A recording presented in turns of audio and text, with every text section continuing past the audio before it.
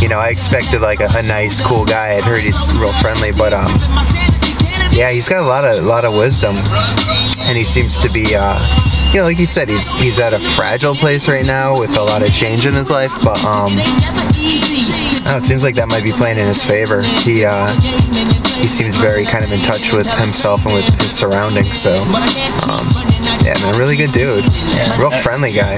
How did it feel playing with him? That was ridiculous. Like, you know, coming from listening to his band when I was literally like 8 years old, when I was getting into skateboarding, and then to rock out with him, like, pretty nuts. You know, I'm not into the whole starstruck thing, and I know he's not like a star, but that was a pretty fucking surreal experience, definitely. Yeah, I've watched him in just in amazement and just, you know, he started playing when he was 18 months old. Yeah. With my pots and pans, and I'd put them in the cabinet, and he'd take them out. And one of my friends was there one day, and she said, "Listen, he's playing a tune." And so we listened, and then shortly after that, he got his first drum set, and then another one. When he was 6, he played with a jazz band at Boots and Bonnets in Chester. Yeah, I played with an adult jazz band. Some kind of like Kieran is playing with older guys. Sure. Yeah, so it's a legacy. This room is basically where I existed as just me, you know. And I remember laying the first McRad record, looking out this window. But yeah, this is where I existed, the whole thing. Like, I used to come to this room and dream, like completely dream. Like, it's wild. Like, it's crazy. Yeah. So it's for real. It's like, this is like, I mean, you're in it. Like, this is what created that sound. Like, you know, this is where I created it. And I literally created it from a bass and a cassette player and a couple of pair of pants and some sneaks in my skateboard. And it's crazy for me because, like, I was thinking this when you were saying downstairs how you were writing Weakness down in that other room. Yeah.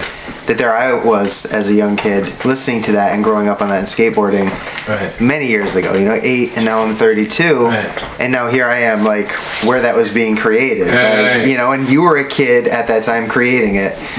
Weird. You know, I was here when I got the call to go play drums for Bad Brains. Like, I just came off of a tour with a group Urge Overkill, and you know, I'm sitting here just kind of like, oh, hanging out, and Daryl calls me. He's like, "What are you doing? Can you go to Japan in like basically 2 weeks?" And so I was like, yeah. You know what I mean?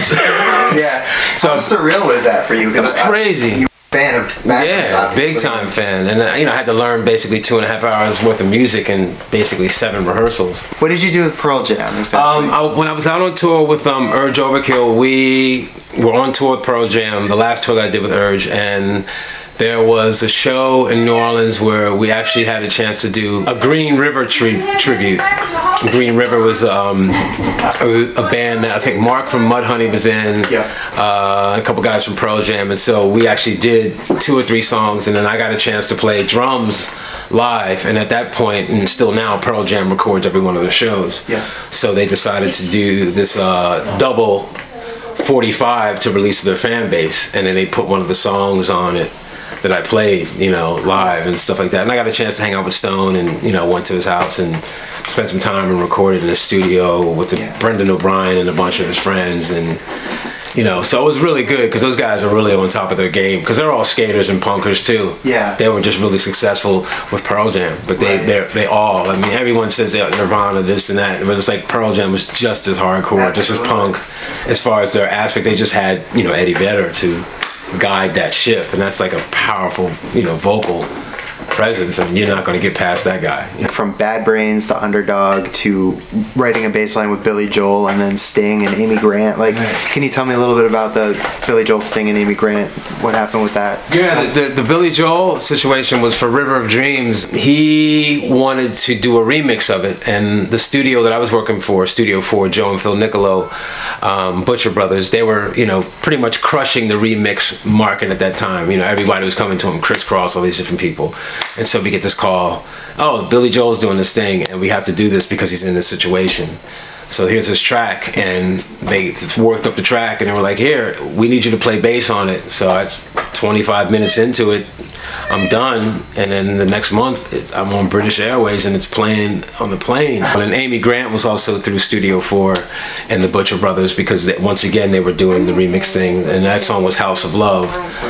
And then Sting had a song called When We Dance, and that was like my favorite remix, because Phil Niccolo basically had to call Sting and get the bass line approved from Sting. I was like the whole time thinking like, wow, Sting actually has to approve what I'm doing. And Police, that's between the Police, Clash, and the Sex Pistols, Bad Brains also, but Police, Clash, Sex Pistols, those are like my favorite staples of music. But the Police, to me, because they've embraced punk rock and reggae and pop and rock, and Sting is a great source of energy. I mean, Stuart Copeland's always my favorite drummer, and Andy Summers.